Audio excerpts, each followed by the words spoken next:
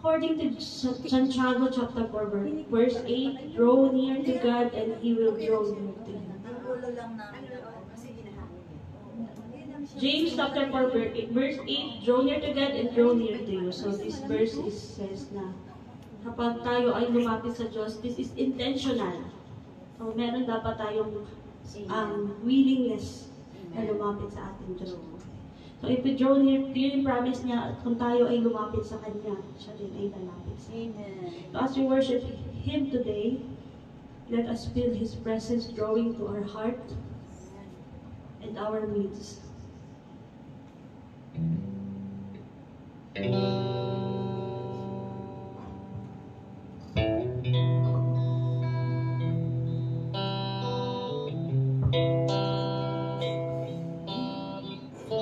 Father, welcome you in this place, Lord. Holy Spirit, move in your heart, move in our mind, O God. Draw near to us your presence. Father God, I come into your presence. With all my heart, I come and sing your praises.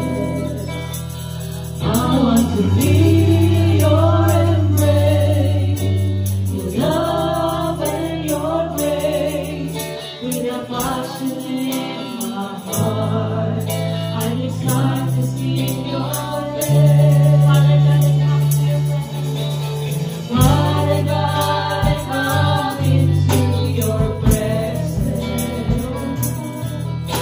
With all my heart I come to sing your praises.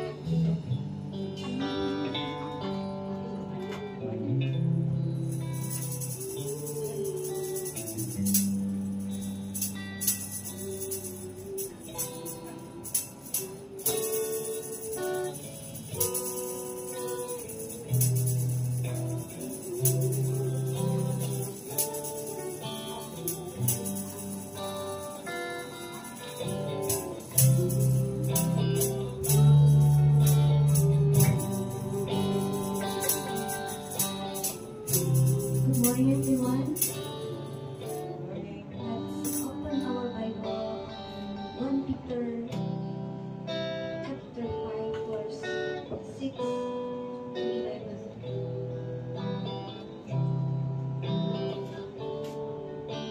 1 Peter 5, verse 6 to 11.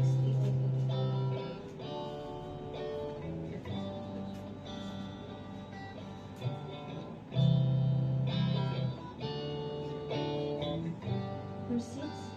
Humble yourself therefore under the mighty hand of God, that he may exalt you in due time, casting all your care upon him, for he careth for you.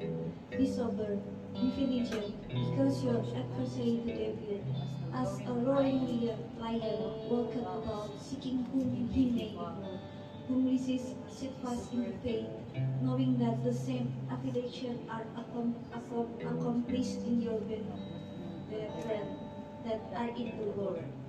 But the God of all grace, who hath called us into his eternal glory by Christ Jesus, after that ye have suffered a while, make you perfect, establish, strengthen, settle you. To him be glory and dominion forever and ever. Amen. Hallelujah. Let's pray together. Thank you, Lord Jesus, for the blessing you gave us. Teach us, God, for humble ourselves and casting our cares upon you. Give strength to keep our faith in you. Lord, we believe that you are here to touch our hearts. Give strength to the weak. Give us comfort. Give healing to the sick. Give new hope to us. And Lord, also we pray for Ate Sarah. Give her your wisdom and use her for the glory of your name. Hide her behind your cross, Lord.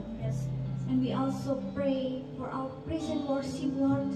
Make our worship and praise an offering acceptable before you, that pleases your heart, Lord. Thank you, Lord Jesus. Thank you, Lord. In the name of Jesus Christ we pray. Amen.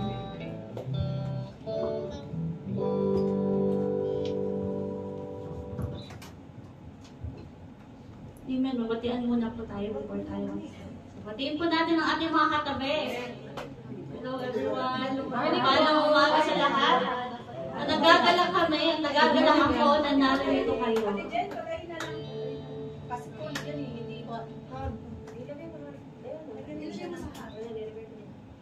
Amen. Ready na po ba tayo sa ating pagpupuri sa ating Diyos? Amen. Amen. Sabi nga, sumigaw sa galak ang lahat ng nilalang kuling ng Diyos. Amen. Let us worship Him.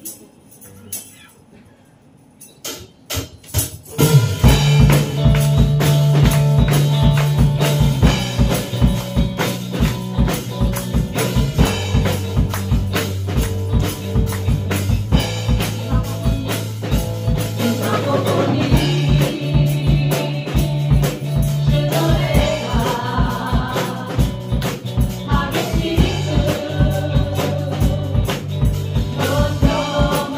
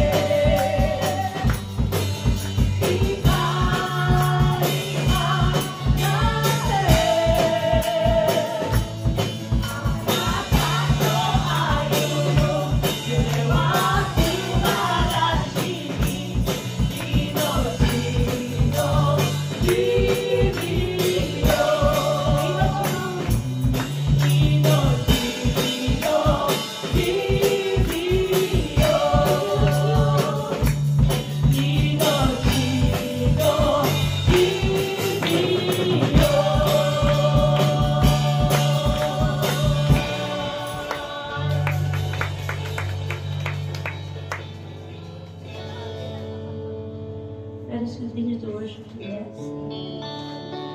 John 3:16 says, "For God so loved the world that He gave His only begotten." Yes. Because as we sing this song, let us remember the goodness of God. Amen. His sacrifices for us to be saved. Amen.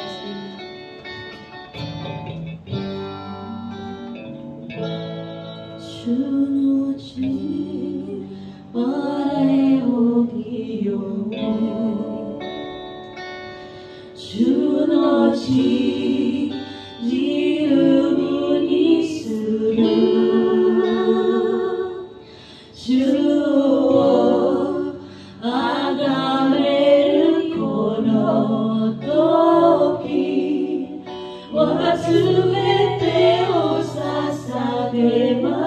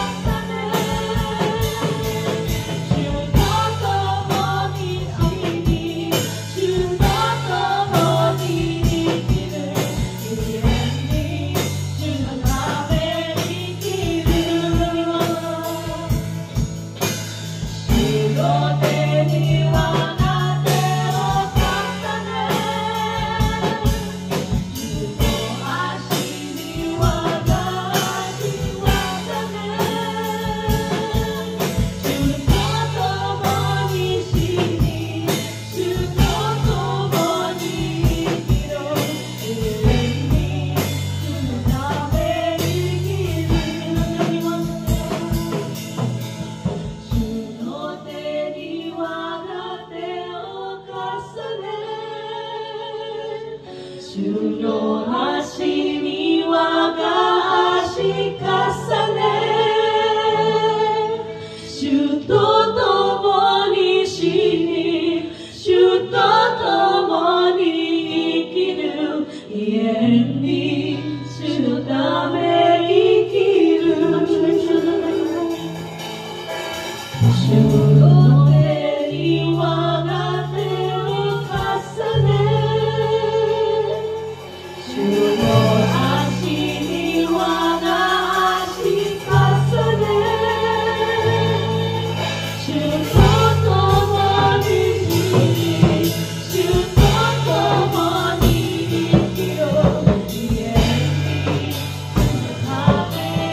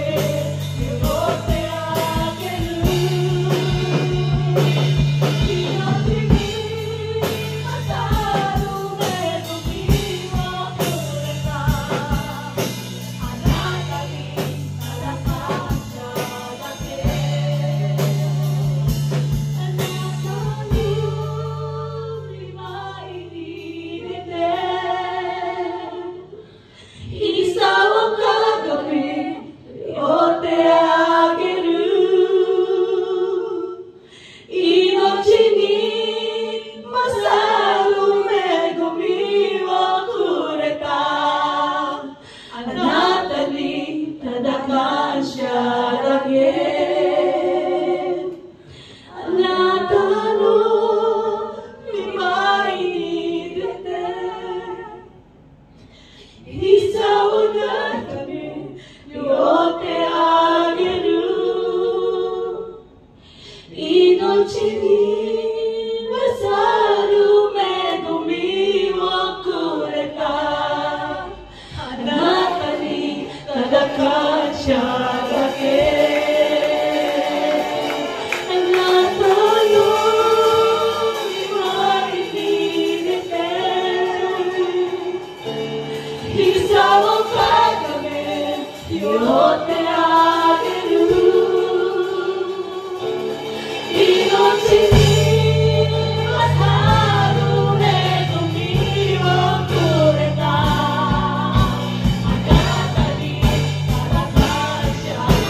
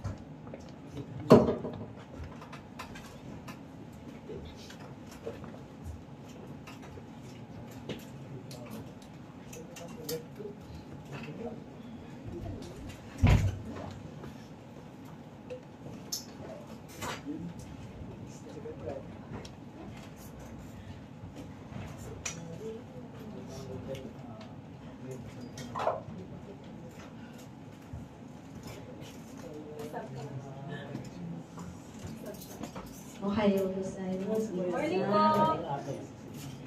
May flashback pa ako ng worship. No? Napakasarap, no? Amen. Talagang kulang ang araw pag nandito tayo nag-worship. No? Amen. So God bless everyone, ang mga naririto. No?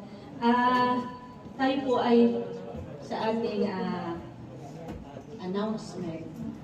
Sunday worship po natin, we will start at 11 a.m. po, no? 11 a.m. po. Let us invite everyone. Ano po, yung ating mga kaibigan, yung mga hindi natin mga kakilala na talagang nag-aapoy sa salita ng Diyos. Ano? Let us invite them. Ano po? Na kahit hindi siya member ng River of Life, okay lang. Ano po? Wala naman pong condemnation. Kahit nakatolik pa siya. Everyone. Ano po? Amen. Then, yung ating pong every Friday refreshing. Refreshing natin. Sa November 21 po ay sa bahay nila Yubei. Nagkamali. Sorry Yubei, no? Pero, hindi po natin alam, baka mag-change po ng Saturday. Kung wala pong mag-a-attend ng ISOM, baka po, hindi po natin alam, i-suggest po natin kay Pastor Ramon. Ano po. Then yung ating pong coming event, yung ating pong Thanksgiving, sa November 22. May ISOM po tayo ng November 22, pero hindi pa po sure kung yung ano po yan, sa mga member ng ISOM, kung magjo-join po kayo, ayan po, 10 a.m. daw po. Then yung Thanksgiving po natin is November 23. Dito po gaganapin ang ating Thanksgiving. Ano po yan? Mag-ano na lang po tayo sa GC, ano po? Kung ano po yung mga dadalhin, food. Potluck po yan. Kung ano po yung paano po yung ano nyo, 23. Oo, 23. Next Sunday po. Kung ano pong contribute nyo, okay lang, ano po?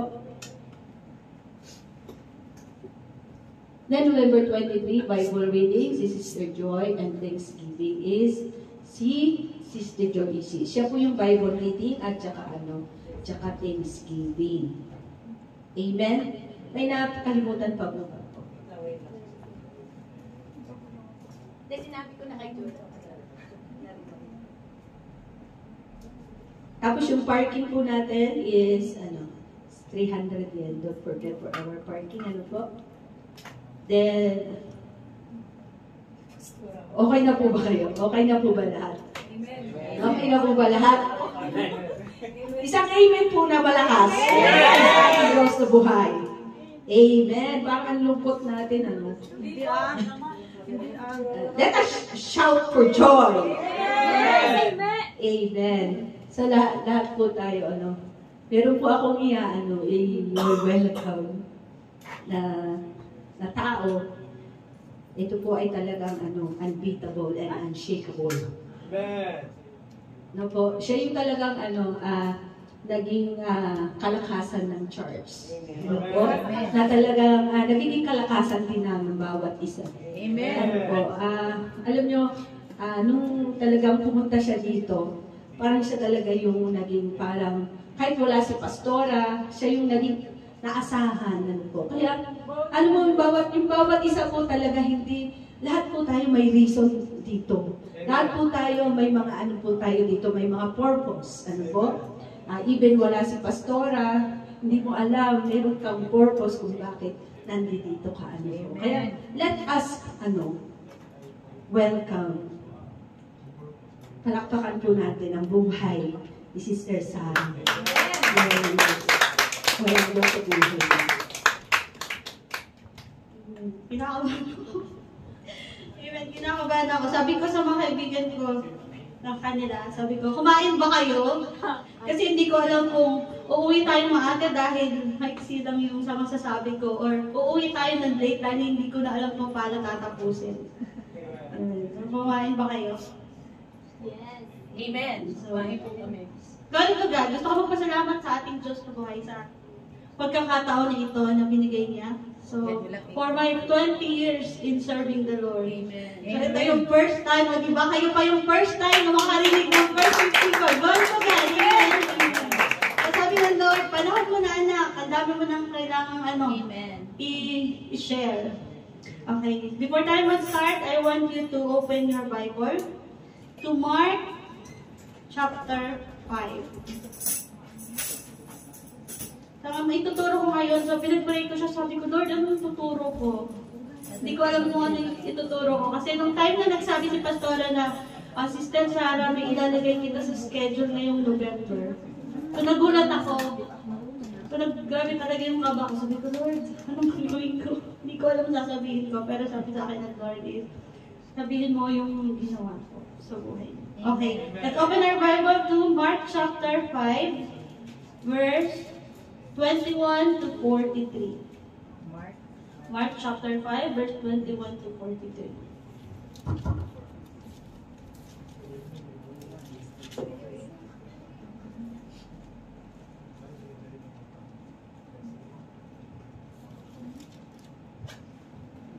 Okay, lahat po ba ay nandiyan na? Lahat po ba ay nakabukas na? So, sabay-sabay po natin basahin.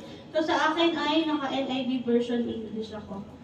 So, ano man yung version nyo, kung nasa cellphone man yan, or nasa Bible mismo, sabay-sabay po natin basahin. So, our story is, Jesus raises a dead girl and heal a sick woman.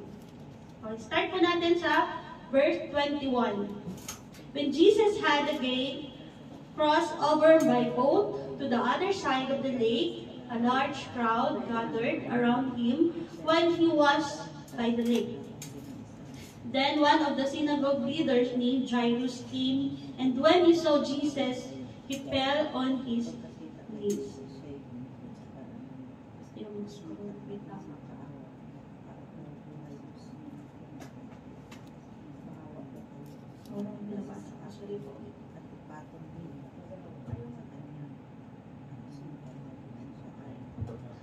Then one of the synagogue leaders named Jairus came, and when he saw Jesus, fell on his feet. He pleaded earnestly to him, "My little daughter is dying. Please come and put your hands on her so that she will be healed."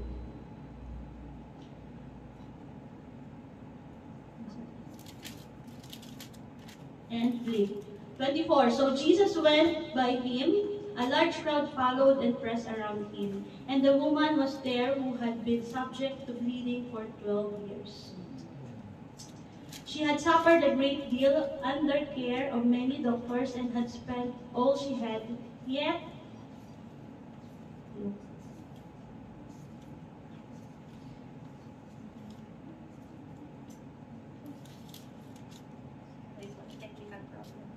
instead of getting better, she grew worse. When she heard about Jesus, she came up behind him in the crowd and touched his cloak. Because she thought, if I would just touch his clothes, I will be healed. Immediately her bleeding stopped, and she felt in her body that she was freed from her suffering.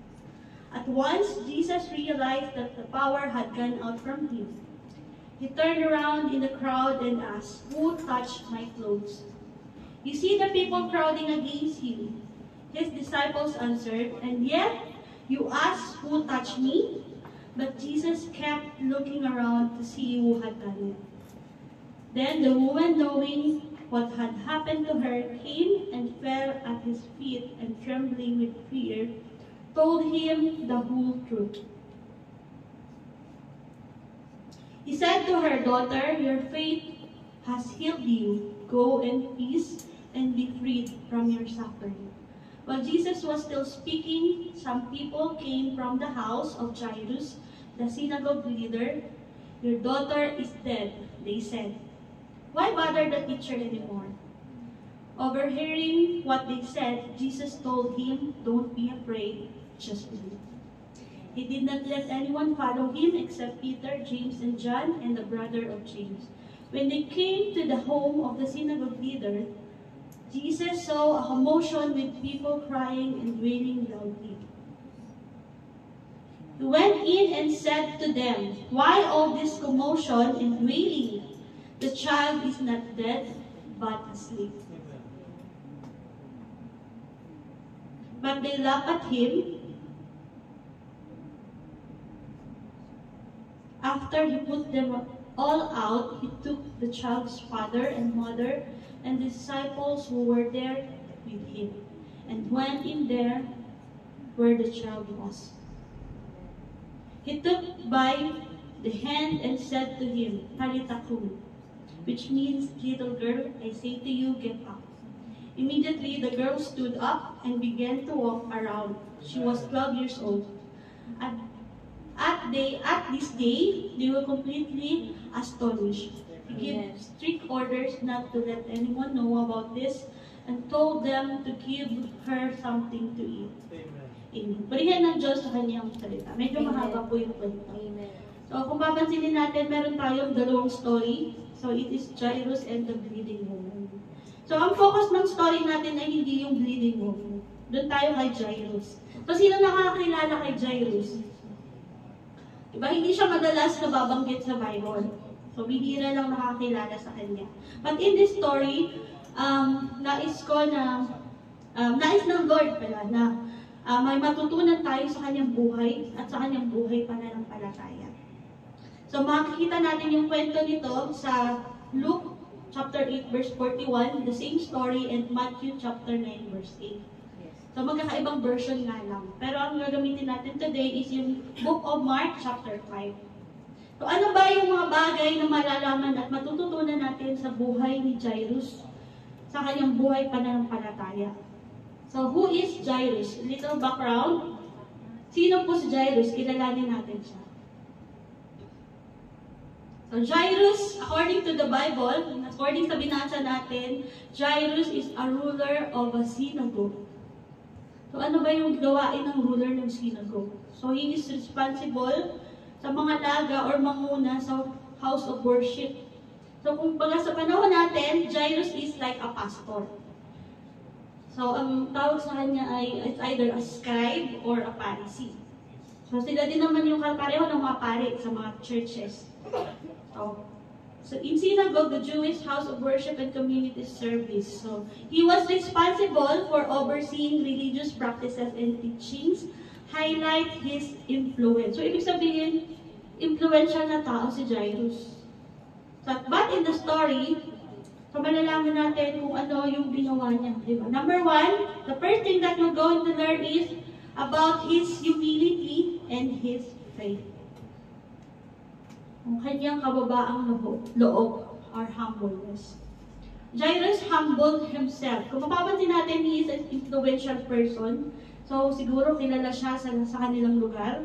Pero, he humbled himself. So, lumapit siya kay Jesus. So, sabi nga sa verse na binasa natin, na makita na si Jesus, so nagpatira pa siya, lumuhod siya sa harapan niya. So, it's a sign of humbleness and humility. Jairus, in spite of his position and influence, we humbly approaches Jesus. So kahit ganun yung posisyon niya, talagang isinantabi niya yon, lumapit sa kay Jesus at ina-acknowledge niya na wala siyang magagawa. Hindi niya kayang solusyonan yung problema niya sa pamagitan ng influence niya, position niya, ng pera niya. It is only Jesus. Amen. Have you been in a situation where it leads you to kneel down at the feet of Christ? Diba? Nakita niyo na ba yung sarili niyo na ito na yung pinagdadaanan ko sobrang bigat na matatagpuan niyo na lang yung sarili niyo na nasa paanan ng Diyos, nagdadasal, humihingi kung ano yung hinihiling ninyo. So, short story lang po. It was way back to 23 years. I was 11 years old and I made a decision in my life. So, yung mama ko, she was holding an insecticide. So, may hawak siyang lason, insecticide siya, at sabi niya sa amin, anak, pag ininom natin to, mawawala na yung problema natin. And I was just 11. Hindi ko alam kung ano to ma? Ano gagawin ko dito? Sabi ng kuya ko, okay ma. Yung kuya ko, pumayag siya. So, ako hindi. Sabi ko, bakit ma? Sabi niya, kasi pag ininom natin to, tapos na yung problema natin. So, yun yung time ng buhay namin na sobrang dami namin problema. So, ang dami namin pinagdaanan. Pero, at that time, sabi ko, ano sa mga to? Kasi pinalaki kami ng pamilya namin, ng gulang namin, yung mga lolo't lola namin na may takot sa Diyos. So although hindi pa kami Christian, but by that time, so siguro nilagay ng Lord sa puso ko na may plano ako sa buhay. So yung time na kinukumbinsin niya kami ng kuya ko, yung kuya ko pumayag na siya na uminom. Tapos sabi ko, naisip ko, paano si tatay? Kasi yung tatay ko by that time is nasa ospital. So nag-aagaw buhay siya. He was fighting for his life. Ang dami niyang tama ng baril sa katawan. So hindi ko alam kung mabubuhay din siya. So yung mama ko, parang wala na siyang pag-asa. Tapos sabi ko, ayoko inumin yan. Ewan ko, siguro ginay din ako ng Lord na hindi ko inumin yun. At sabi ng mama ko, sabi niya, pag hindi mo ininom yan, maiiwan ka mag-isa. Sino mag-asikaso sa'yo? Sino mag-aalaga sa'yo? Sabi ko, kahit na, magtatrabaho na lang ako. Sabi ko ganun sa kanya. Sabi ko, magtatrabaho, kahit anong klaseng trabaho. Magtatapos ako ng pag-aaral. So, ang dami kong sinabi sa kanya. So, sa madaling salita, hindi na ako napapayag inumin yung lason. And sabi niya, pag ako daw maiiwan, hindi na din daw niya natutuloy. Diba? Glory to God kasi hindi natuloy. Kasi nga, yung mga pinagdaanan ko, sabi nga ni Pastor Alet nung pinento ko sa kanya, pang MMK pa rin yung buhay mo. Pwede na daw ako magsulat sa MMK. Kayo po. Kasi kailangan ko magpasa ng picture, makikita nila ako. Malalaman nila na ako yun. Oo, sabi niya, mag-MMK tayo. Sabi ko, ayoko man. Nung time na, nakapagtapos na ako ng pag-aaral, tapos manager na ako ng Jollibee, sabi naman, anak, magsulat na tayo sa MMK. Sabi ko, hindi pa ako successful. Pero, agad kasi alam ko may plano yung Lord sa buhay natin. Ano man yung pinagdadaanan natin ngayon? Mahirap man yan. So, mahirap man yung sitwasyon nyo. Parang inaalaw lang yan ng Lord kasi may plano siya sa buhay natin. Amen. So, katulad ng kay Jairus, diba? He's asking something to someone. Mahirap yun. Yung magdepende ka sa ibang tao, magdepende ka ng buhay natin or something sa ibang tao, mahirap. Lulunukin mo yung pride mo. Diba? Na-experience nyo na ba yung walang-wala kayong pera? Amen. Tapos may nilapitan kayo. Diba? Ang nakakahiya. Ako nga lang doon, pag inutusan ako ng nanay ko bumili ng mangutang sa tindahan, ayoko. Diba? Nakakahiya, ayoko. Pero, si Jairus, even his influence, so hindi siya nahiya. Hindi siya nahiyang dumepende sa Diyos. And you need to disregard your pride and humble yourself. Katulad ng ginawa ni Jairus.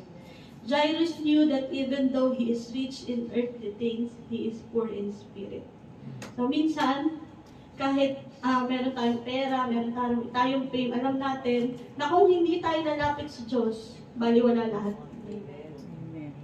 And this is how we are to come to God, with nothing to offer and only to receive, like a beggar, with nothing to his need. Jairus demonstrated his faith in Jesus in front of the crowd. So, kung tutuusin, di ba kilala nga siya, so ang daming tao. So, doon sa binasa natin, he was in front of the crowd. So, ang daming tao. So, sinas-aside niya yun. He fell at the feet of God, pleading for healing, demonstrating his faith in Jesus in front of the crowd. Tayo simpleng mag-share ng word of God, nahihiya na tayo, di ba? Or marinig ka lang ng katrabaho mo kasi kung hindi niya alam ng Christian ka, marinig ka lang magsabi ng Hallelujah, praise the Lord. Nakakahiya, di ba? Aminin natin yan. Nahihiya tayo. Na parang ang cringe. Pakinggan. Di ba? Pero si Jairus, kahit alam niya, na maraming nakatingin, so hindi siya nahiya. Amen. Jairus humbled himself. Even he knew that coming to Jesus can risk his position as a leader of a synagogue. Amen. So kung tutusin, di ba antay sila kay Jesus. Ang mga synagogue leaders is hindi sila naniniwala na si Jesus is the Messiah. At malaking iskandalo yun para sa kanya kung sakaling makita ng tao at malaman nila na lumapit sa kay Jesus. Pero in John chapter 3, di ba, yung kwento ni Nicodemus, ako natatandaan niyo yung Bible study natin, Nicodemus came to Jesus at night. So bakit gabi siya pumunta kay Jesus? Ayaw niya na marami makakita sa kanya. Kasi alam niya na pag nakita siya ng tao na pumunta kay Jesus, pwedeng maging problema yun, mawalan siya sa posisyon as a leader. Yes, pwedeng itiwalag siya. But Jairus doesn't care. When he came to Jesus, many crowd witnessed everything. He didn't care even if people saw him coming to Jesus. Even people judged him or gossip about him.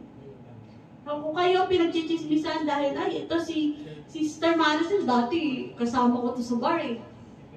So, ngayon praise the Lord na. Ito si Sister Sara, dati, ganito. Ito, Sister Yube. Huwag kayong mahiya. Huwag kayong mahiya sa kung ano man sabihin ng tao kasi Lord ang nakakaalam kung ano yung heart natin. Amen. Amen. Sabihin nyo lang noon yun. Dati mangingino. Noon yun, hindi na ngayon. Amen. Noon yun, hindi na ngayon. Amen. Amen. Dinagan na tayo ng Lord. Jairus acknowledged Jesus' power over the life of his daughter.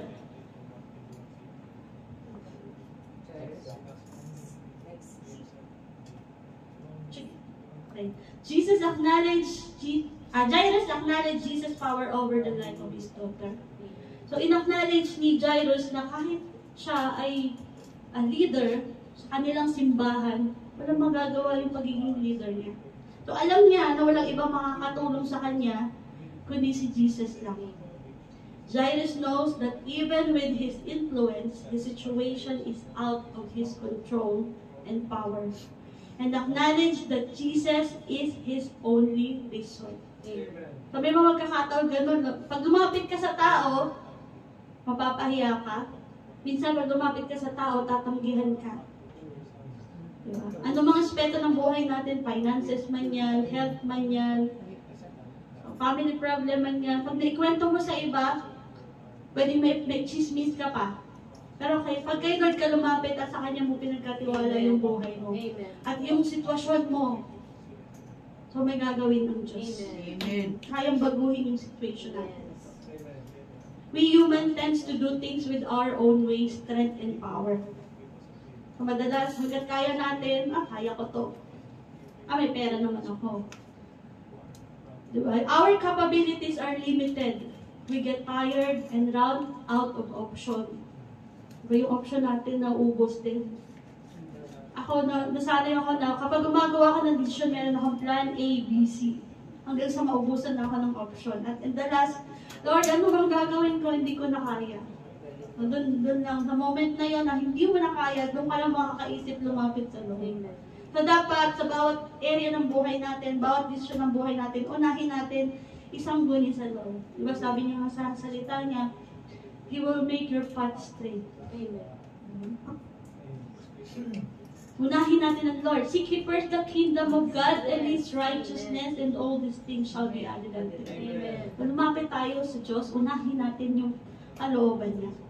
Let go of your pride and acknowledge it is Jesus is the only one who can help you.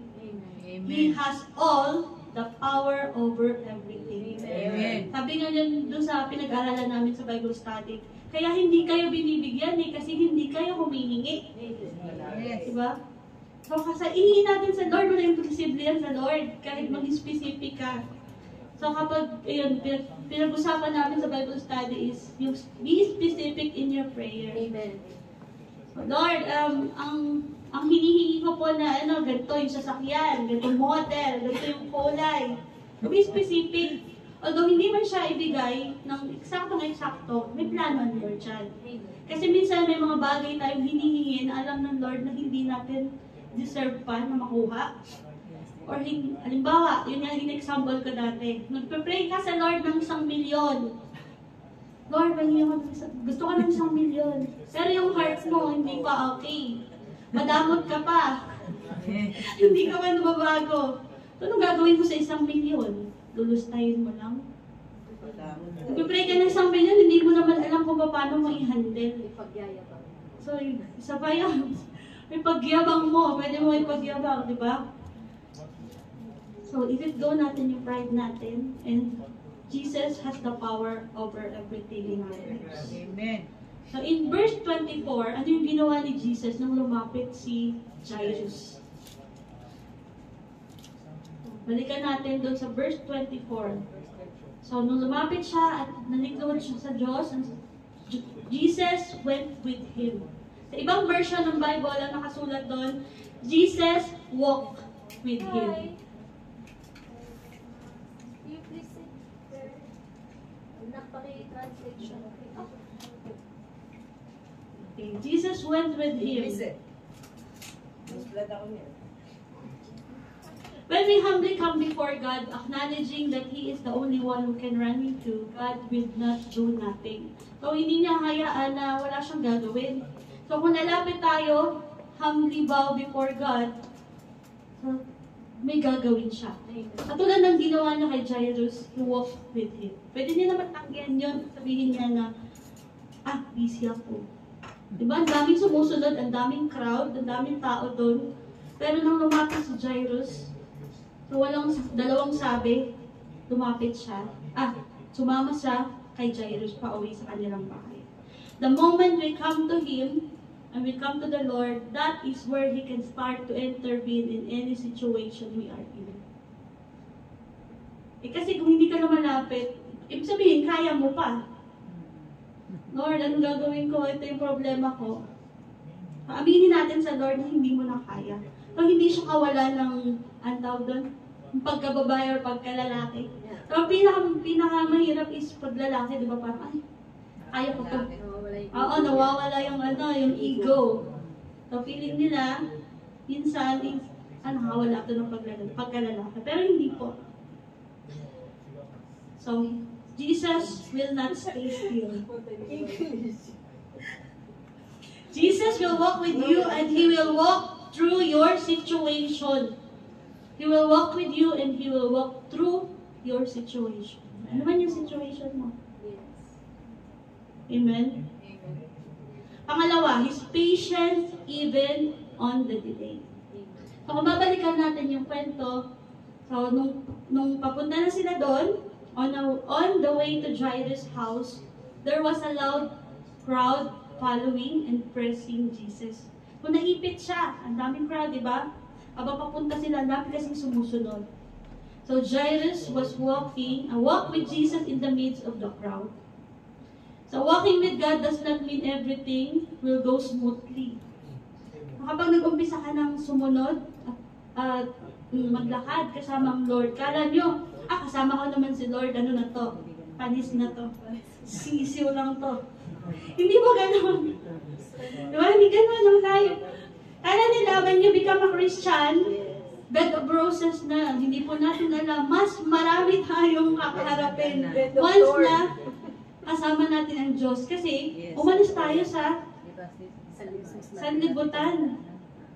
So, naging kaaway na tayo ni Satan. So, mas lalo na mas marami tayong kakaharapin ng pagsubok.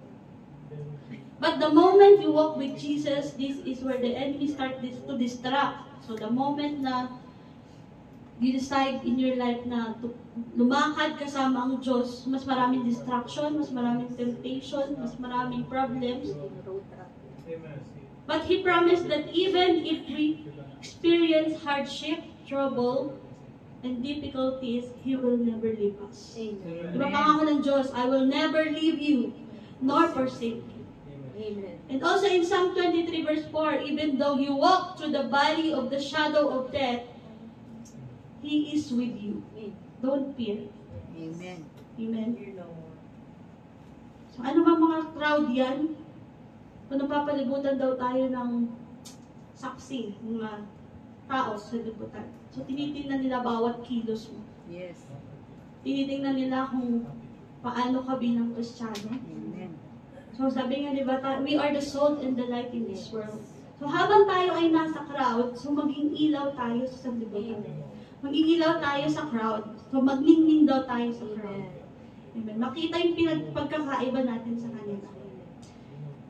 Jairus did not interrupt Jesus. So meron tayong instances, so habang sila ay nasa crowd, ano yung na-encounter ni Jairus at ni Jesus? So, balikan natin yung kwento ng bleeding woman. So, may lumapit sa kanya, yung babaeng dinurugo. He approaches Jesus. So, she was bleeding for 12 years.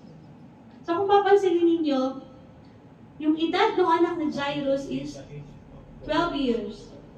And yung woman is 12 years na din siyang dinurugo. Parang, hindi siya nagkataon lang. Diba? Nung time na papunta si Jairus doon at Jesus sa kanilang bahay, nagkataon nandun yung babae. So, hindi po yung nagkataon. Walang aksidente sa vocabulary ng Lord. So, there is no an accident. So, sabihin mo sa katabi mo, hindi ka accident. You're not an accident. So, lahat tayo ay may mga purpose na ginagampanan sa bawat isa. Amen. There is no accident. Hindi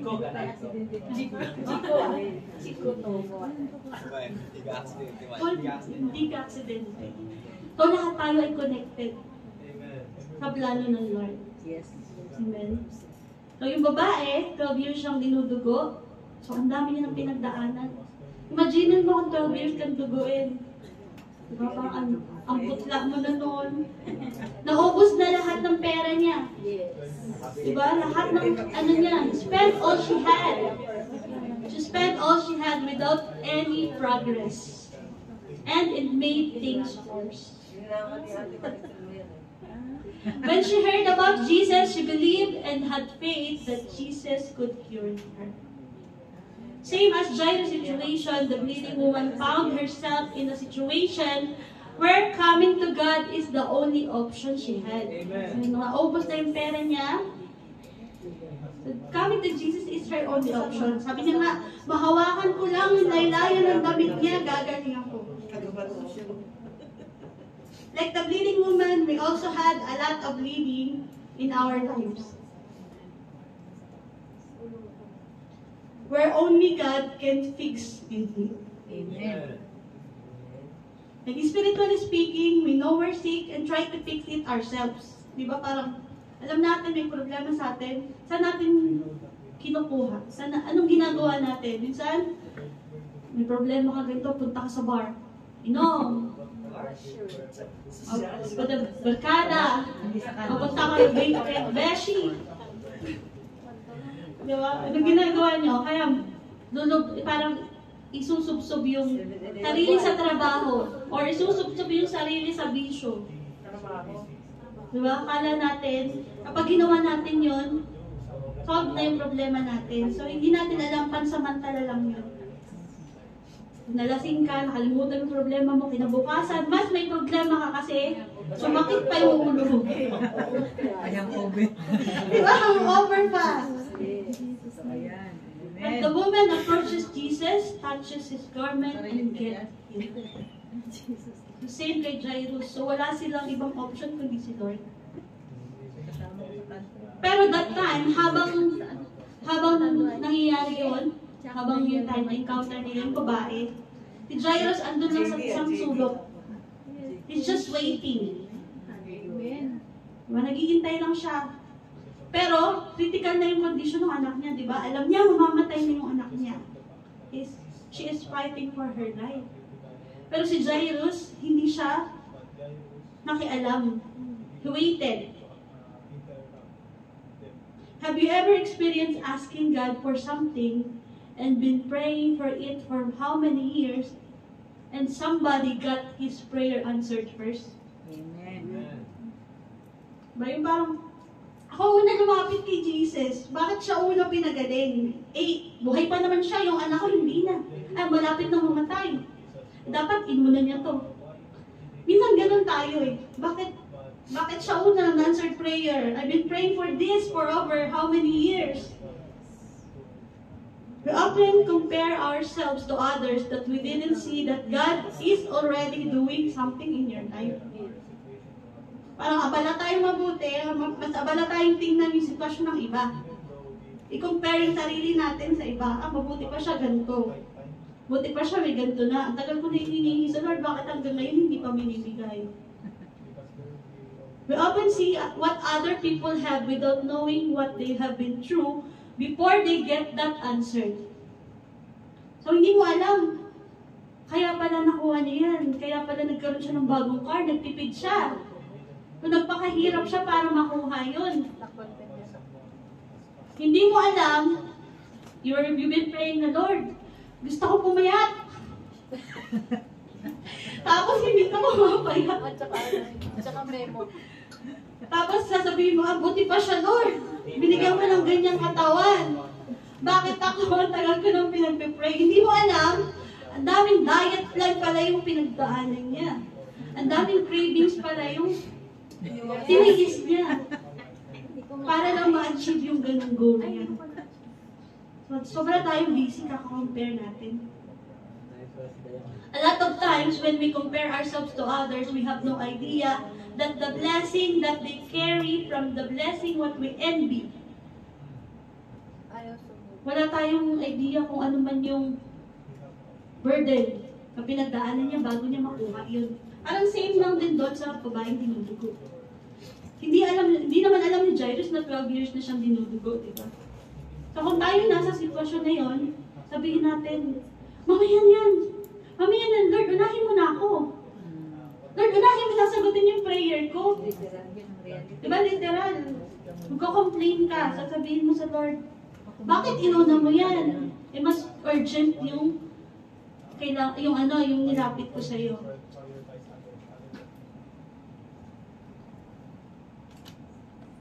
Minsan sabihin natin, mabuti pa siya ganito, mabuti pa siya ganyan. Maybe if you were there and you were in Jairus' shoes, we already questioned God and said, Lord, yun na. Unahin mo na tong akin. And that incident delayed Jesus. So, na-delay. Na-delayed yung hinihingi niya. We are living in a world that honors instant gratification. Gusto natin, kapag pinag-pray natin, the answer is, andyan na. Magic. When we need something, we want it ASAP. We want it ASAP. Lord, gusto ko ng ganito. Gusto mo, kinabukasan, nandiyan na yung sagot na prayer mo. We treat God like a genie that when we need something, we want it now. So like, pag nirap mo yung bottle, nalabas siya, tapos ibibigay niya kagad yung pinag-pray mo. So, hindi po ganun yun.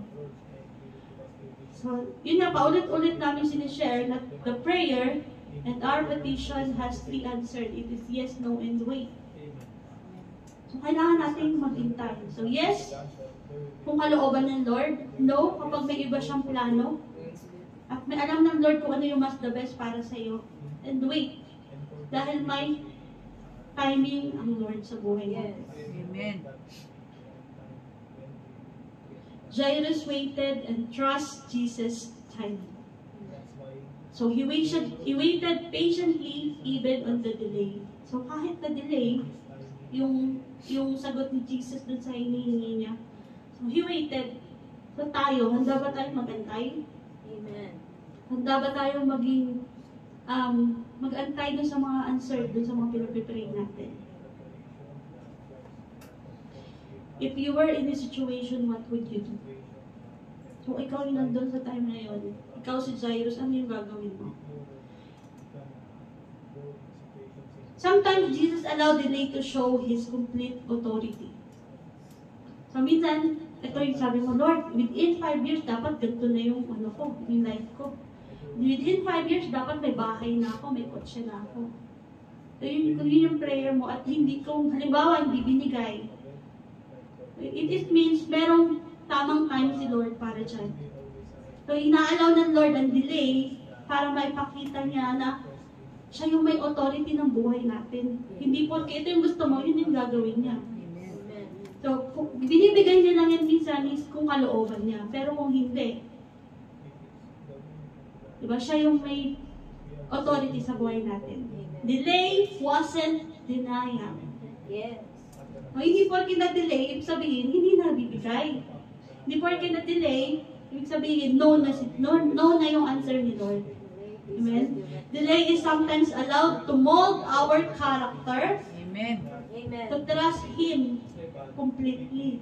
Yes. So, para yung heart natin, matuto tayong magtiwala sa timing ng Lord. Pasensya din. Matuto tayong magtiwala kung ano man yung plano niya sa buhay natin. Kaya ako, pag ako nagpipray, sabi ko, Lord, ito yung prayer ko. Pero, kung ano man yung will mo, yun po yung mangyayari. Amen. Minsan may mga prayer tayo, may mga gusto tayo na hindi naman ayon sa plano ng Lord. Kaya hindi natin nakukuha. Diba? Jesus stopped. So, ano ba yung response ng Lord dun sa nangyari? So, may bleeding woman, nila na-encounter, nagkaroon ng delay. But Jesus stopped for the bleeding woman to affirm the power of her faith. So, ano man yung halimbawa, lumapit ka sa Lord, nauna ka man, He is willing na lumapit at sagutin kahit sino man sa atin. Hindi porke nauna siya, hindi porke si Jairus ay in high influence, in position, hindi niya napapansinin yung bleeding woman. Kasi noong unang panahon, yung babae, ang babaeng dinudugo is parang kinoconsider siya na unclean, mababang uri ng tao.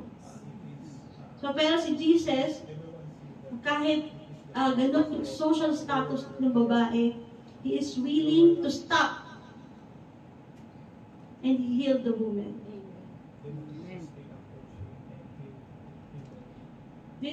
Jesus wanted to teach the crowd that His healing and salvation were for everyone, including these considered unclean. Jesus in this passage shows that He didn't look after your social status. So, answered prayer ng Lord hindi nakabase kung ano man status ng buhay mo. Amen. Amen. Kung nauna ka man maging Kristiyano kaysa sa Kanya. So, He is looking to our heart and sa faith natin. We Christians sometimes thinking that we need to be holy to be near to Him. So, kailangan maging banal ka muna. Paminsan iniisip natin, Lord, ayoko mag-pray kasi nakakahiya. Kasi ganito yung ginawa ko. Pero hindi natin kailangan magpanggap, hindi natin kailangan maging hindi tayo para lang lumapit sa Lord.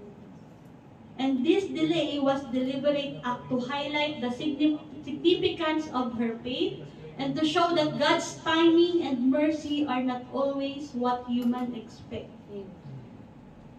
Despite the urgency of Jairus' situation. So kahit urgent yung situation ni Jairus, so, in time pa rin ng Lord ang sunod. So we are serving a God that cannot be bound by time.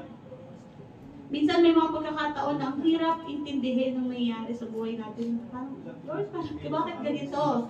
Pero kailangan natin maintindihan that God's will is higher than our wills and His ways is higher than our ways. Diba? Next, His complete trust in God. So, during that time na nandun sila, pinakausap ni Jesus yung crowd, merong dumating na messenger. In verse 35. While Jesus was talking to the bleeding woman, a messenger arrived or told that Jairus' daughter was already dead. So, noong time na pinapagaling or kausap ni Jesus yung babae, may bad news na dumating. Ang sabi niya, patay na yung anak niyo. O ano pa ang sense ng pagpunta ni Jesus kung ano yung iisipin niyo, di ba? Ay, wala na pala, patay na. Siguro sisisihin niyo si Jesus, no. Sabihin niya na, yan, kung hindi ka nag-stop. Lord, kung hindi ka nag-stop, di sana naabutan pa natin buhay. But Jairus did not listen to the news. The messenger said, why bother the teacher anymore? Sabi niya, patay na yung anak mo. Why bother the teacher anymore?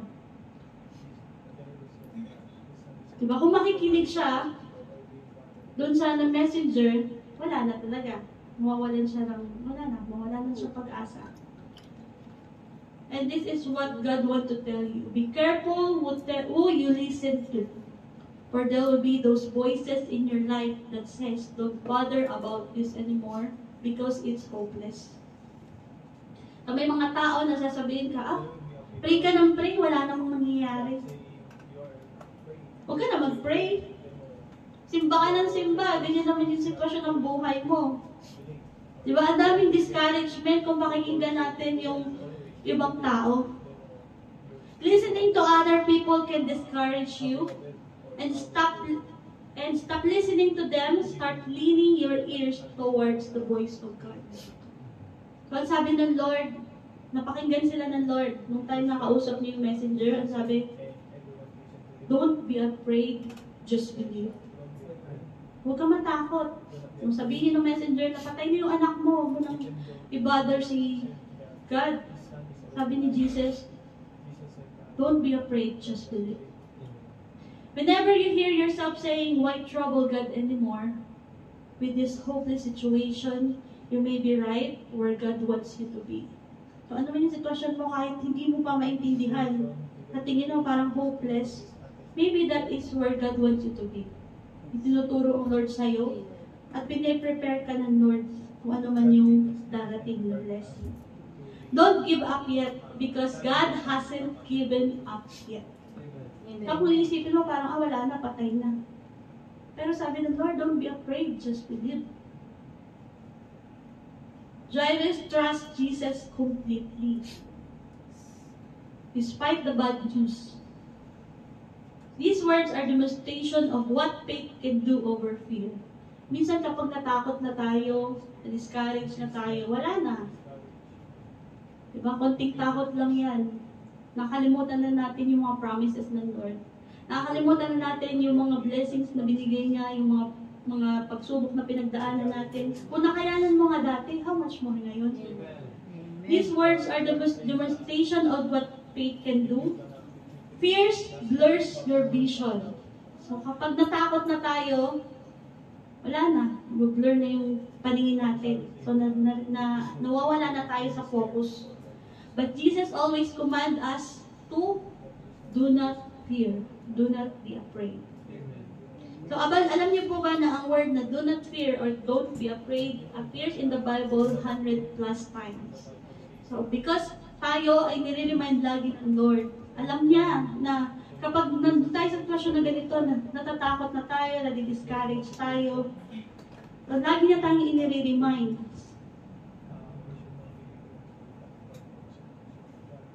Always remember whatever situation, even if it's hard, trust the Lord and believe in Him. Magtiwala tayo sa Lord. Sabi nga sa Hebrew 11:1, now faith is the confidence in what we hope for and assurance about what we do not see. So, ang faith daw is yung pagtitiwala sa bagay na inaasahan natin at nagtitiwala tayo na mangyayari yung bagay na hindi pa man natin nakikita. Amen. Hindi man natin alam, hindi pa natin nakikita, pero may nakahanda na si Lord sa future natin. Amen. Tayo kasi, ang tao, ang ano natin is to cease to believe. Diba? Hanggang wala tayong nakikitang resulta, hindi tayo maniniwala. Pero ang Diyos, believe first and you will see. Amen. Amen. Jairus obediently followed Jesus' instruction. So, nung sabihin ni Jesus, don't fear, don't be afraid, just believe. So, tiwala siya sa Lord. When they got to Jairus' house, it was filled with mourners crying. So, nung dumating na sila sa bahay ni Jairus, meron ng mga crying ladies. Uso yun sa kanila noon panahon. So, hindi sila yung iiyak. Meron silang binabayaran para umiyak. Kapag merong namatay. Di ba nakakita tayo niyan dun sa Chinese. sila yung taga-iyak. Diba? But Jesus told them to leave because the child was just sleeping. Sabi ni Jesus, umalis na kayo at natutulog lang yung bata. So, parang sarap naman sabihin kapag nandun ka sa sitwasyon na kala mo dead end na. Sabihin ka ng Lord, okay lang yan. Ano yan, hindi pa yan dead end. I will part the sea for you. Diba, kaya niya, kahit nandun ka na sa wilderness, He will make a way. Sometimes, for God to move freely in our lives, we need to let go a lot of things. So, para makakilos si Jesus, pinaalis niya yung mga tao. Pinalayas niya yung mga nag-iiyak-iyakan doon. Kasi hindi naman, distraction lang yun. Whatever things you are carrying in your heart, so kailangan natin yung iset aside, tanggalin natin para makakilos ang Lord sa buhay natin. Follow what Jesus is telling you to do. Cast it all out. So, ibigay natin sa Kanya. Cast all your cares to the Lord. Jesus took her by the hand. So, nung nandun na sila sa loob, hinawakan niya yung kamay ng bata at sabi niya, little girl, get up. For us Christians, Jesus raising someone from the dead shows His power over life and death. So, pinapakita ng Lord doon yung kapangyarihan niya, hindi limited lang sa pagpapagaling at pagpapalayas ng masamang espiritu. Hindi lang limited sa pag-preach ng good news, kundi maging ang kanyang kapangyarihan over the life and death.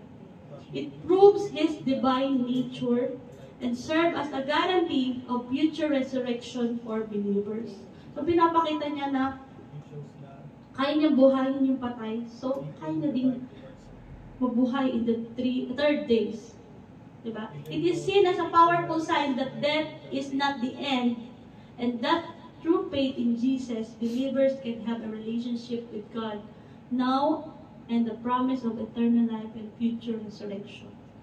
So, doon natin makikita sa kwento na to na kung yun nga kayong buhayin ng Lord. Tayo at the end, kung mamamatay man tayo in God's time, bubuhayin din tayo muli. Amen. Jesus shows His complete authority over both life and death, despite the messengers who tried to stop Him. So He has the power over everything. Buhay niya kaya niyang baguhin. Buhay natin kaya niyang isaayos. Amen. Kung ano man sitwasyon mo ngayon, kung financially, may problema ka, kaya niyang baguhin ng Lord. Ano mang sitwasyon mo sa trabaho, kaya niyang baguhin ng Lord. Amen. Yung problema mo sa trabaho mo, problema mo sa mga papers mo, problema mo sa future mo, sa family mo, kaya niyang baguhin ng Lord. Just trust Him. And I will end in this conclusion that we, as a Christians, we have been into situation where it seems like there is no hope. So, nandun tayo minsan sa sitwasyon na parang feeling natin, wala nang pag-asa. Pero ang gusto ng Lord, to have faith in Him. Amen. He wants us to be filled with hope. Trusting Him completely even when the situation seems hopeless. Even when it seems impossible. And Jesus wants us to trust His power over any circumstances. A call of an unwavering faith to what God can do and the commitment to trust God's authority to bring life and hope. Amen. We do not need to be someone with a higher status. We don't need to be perfect to be near Him. Yes. All we need to do is humbly come to His feet, Yes. Amen. acknowledging Him and defending Him. Amen. Amen. So whatever the situation, always remember God's promises. Jesus is telling us, you and me today, that do not fear, just believe. Amen. Amen. Continuation po ng testimony ko, yung mama ko, di ba, na supposed to be magiging dahilan para mawala kami magkapatid at siya, is the same person that God uses para kami makakilala sa Lord. Amen. Sa una, parang isipin mo, parang imposible. Pero sa Lord, wala pong imposible sa Panginoon. So lahat kaya niyang baguhin. Yung buhay namin, so, yung situation ng buhay namin, sobrang layo na kung titingnan mo. Kung alam niyo lang yung lahat ng mga pain, lahat ng mga problema na pinagdaanan namin. So, sobrang napakabuti ng Diyos sa buhay ko. Kaya nandito ako ngayon, nakakatayo sa harapan niyo kasi Amen. sa kabutihan ng Lord sa buhay ko. Amen. Sa Diyos po ang papuri. So let us pray and let us stand. Yes.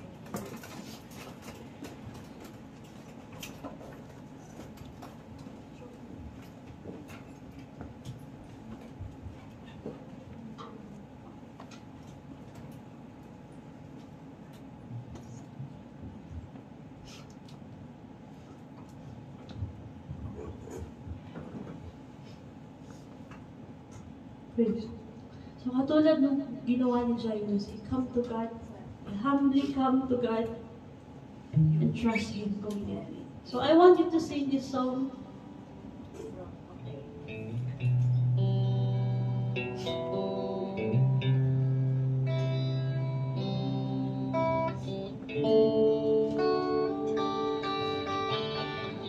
Sabihin natin sa Lord, Lord, we humbly come before you.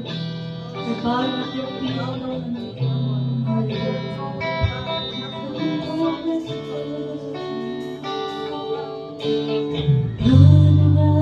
I come into your presence. With all my heart, I come to sing your praises. I want to feel your embrace, your love and your grace, with a passion in my heart. I desire to sing your praise. Father God, I come into your presence. With all my heart, I come to sing your praises.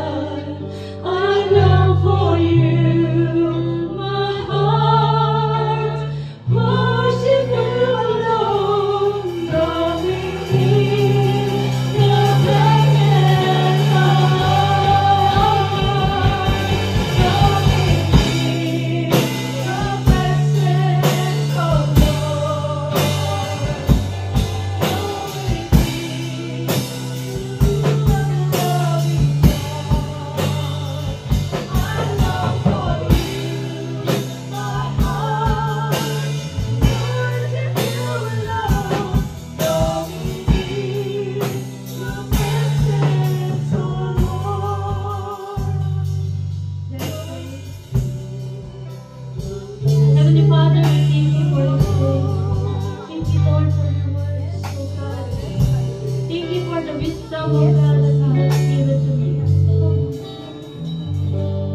Thank you, Lord, sa mga salita, Panginoon, na natutunan namin. Salamat, Panginoon, sa Word of God of hope.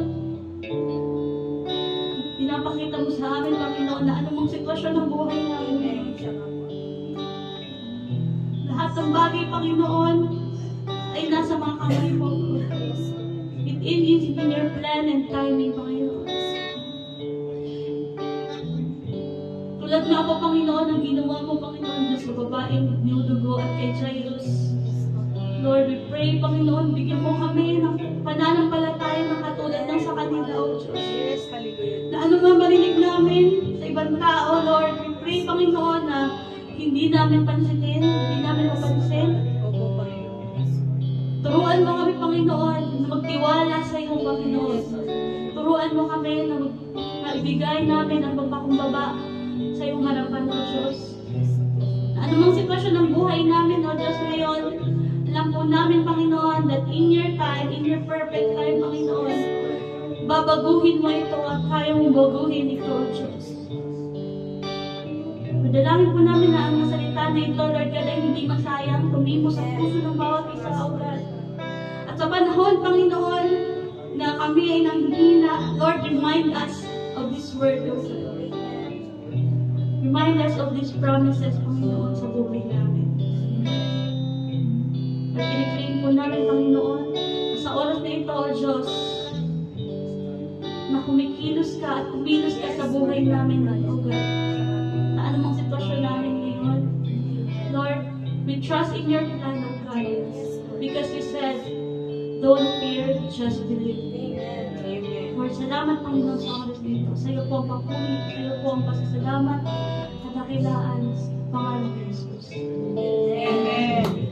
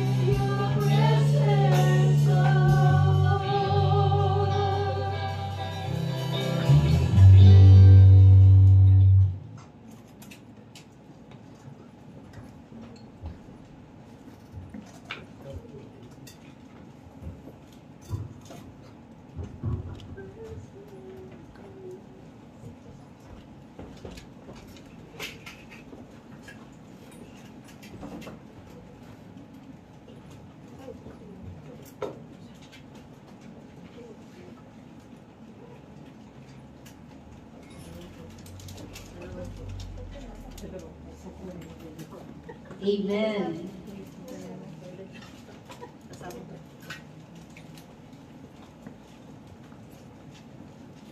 Okay pa po ba ang lahat? Amen. Okay. Gising pa po ba ang lahat? Gising na gising pa ba ba? Alam mo, we are blessed, ano, sa message ni Sister Sarah. Talagang, sabi nga po, no, any situation talaga, no, God will make a way. Sabi nga po na, yung situation daw natin ngayon ay pwedeng i-change ng Lord. Tapos yung delay, alam niyo po ba yung delay? Hindi po yan say no, no. Delay is redirection. No po. ibang direction pinapapunta tayo. No po? Hindi sa direction na yun. And hindi no ang sagot ng Lord lagi. Ano po?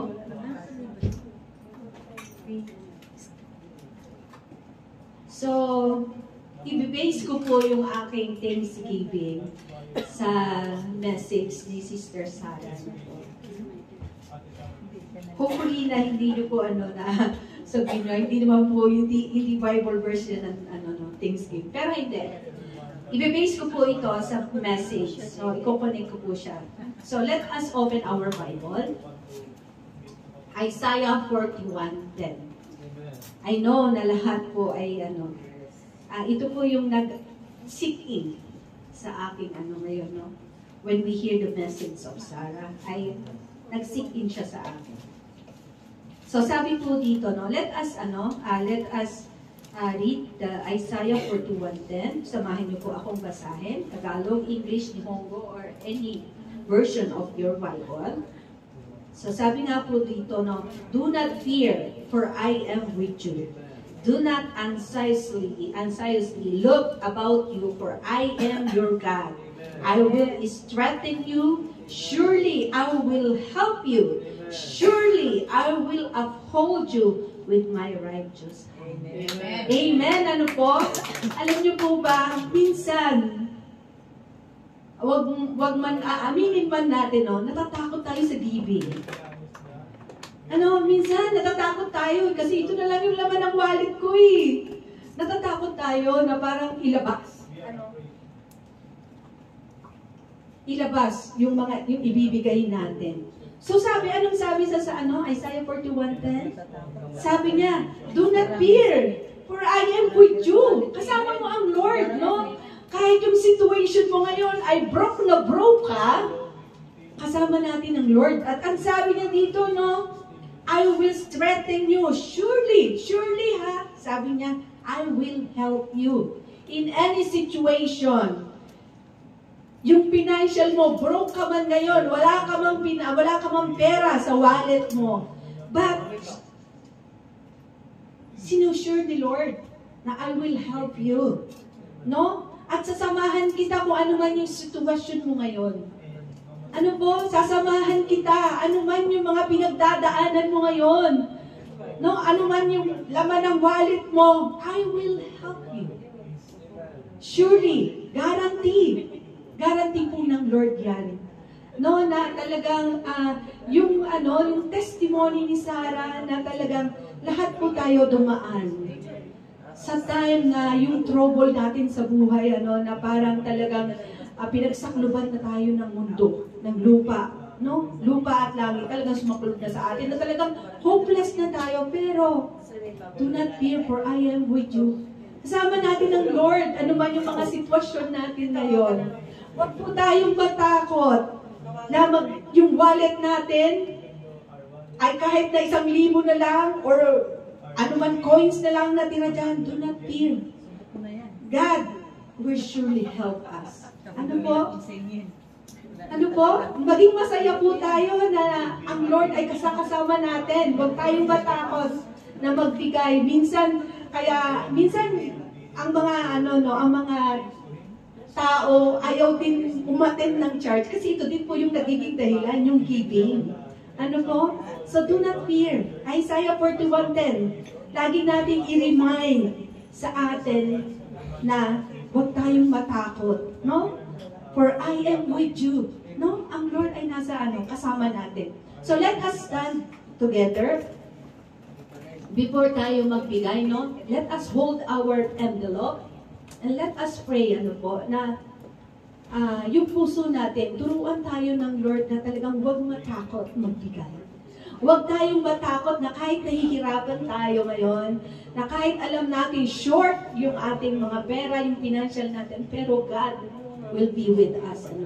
So let us close our eyes and let us pray. Lord, we're here, Lord. We humble ourselves to you, Lord. Panginoon, under your throne, Panginoon, kami nga po ay nagpapakumbaba, Panginoon, O God. We know, Lord God, that apart from you, we can do nothing, Panginoon, O God. Thank you, Lord, that you are with us always, Panginoon. Na lagi ka namin kasama, Panginoon, O Lord God. And you always remind us, Isaiah 41:10, Panginoon, O Lord God, na hindi kami patatakot, Panginoon, O Lord God. Ano man yung sitwasyon namin ngayon, ano man yung pinagdadaanan namin ngayon, Panginoon, wala mang laman yung wallet namin, Panginoon, O Lord God. I know, Lord God, siksik-liglig at umaapaw ang magiging wallet namin, Panginoon, O Lord God. Sapagkat, Lord, nothing impossible to you, Panginoon, O Lord God. Walang imposible sa iyo, Panginoon, O Lord God. We complete trust in you, Panginoon, O Lord God. Hallelujah. Sabi nga po sa message ni Sarah, Panginoon, O Lord God. Hallelujah, Lord. Delay is not no, Panginoon. Delay is redirection, Panginoon, O God. So, Lord, we quietly humble ourselves, waiting for you to answer our prayer, Panginoon, O Lord God. Because waiting is a wisdom, Panginoon, O God. Kaya, Lord, we thank you for reminding us, O Lord God, as your word, Panginoon, in Isaiah 41:10, Panginoon, O Lord God. Lord, we do not fear, Panginoon. Hindi kami patatakot. Anumang unos, anumang bagyo, anumang ulan ang dumating sa buhay namin, Panginoon, O Lord God. Sapagkat, Lord, you are the one who fight our battles, Panginoon. Kaya, Lord, maraming salamat, Panginoon, O Lord God, sa message, O Lord God, na tinanggap namin sa araw na ito, Panginoon. At, Lord, salamat sa Isaiah 41:10, Panginoon, O Lord God. Hallelujah, Lord, that this word is our logos, Panginoon, that na maging rema, Panginoon, O Lord God, sa amin, sa bawat isa, Panginoon, O Lord God. At Lord, in our action, be a dunamis, hallelujah, in this word for our life, Panginoon, O God. Hallelujah. We thank you, Panginoon, O Lord God, hallelujah. To you all be the glory and the highest praise and thanksgiving, Panginoon. In Jesus, in the Holy Spirit, in the name of God. In Jesus' mighty name, amen. Amen.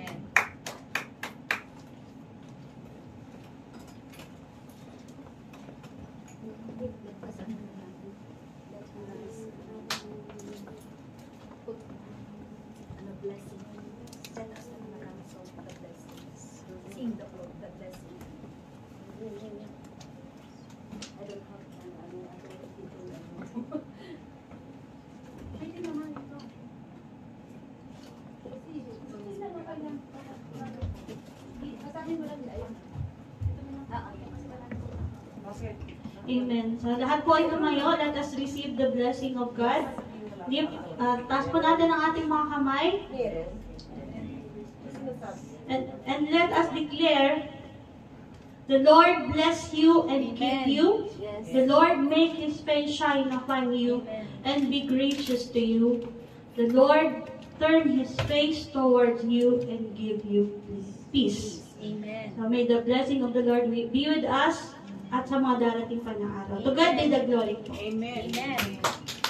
So before yan, awitan po natin ang ating Panginoon. Yes.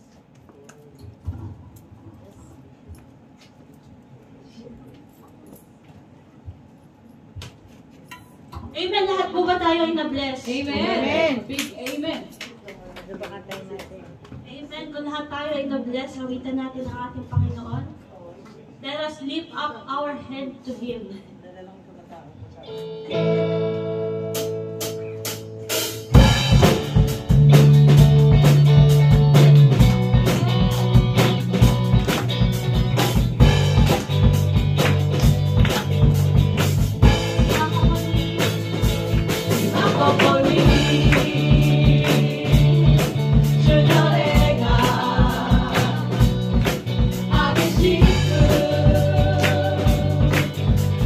so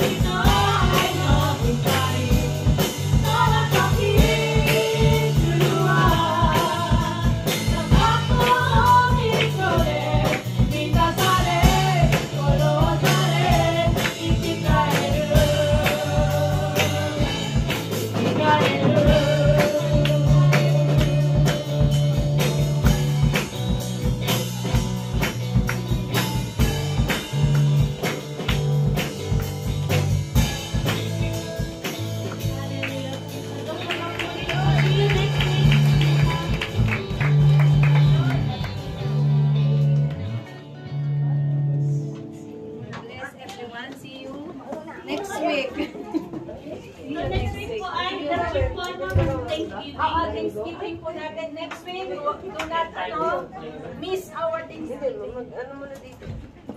See you next week.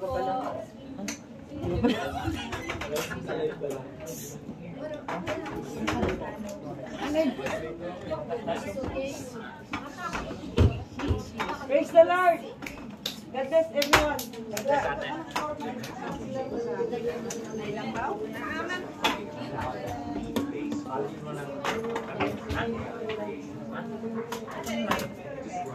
Saan yung live? Basta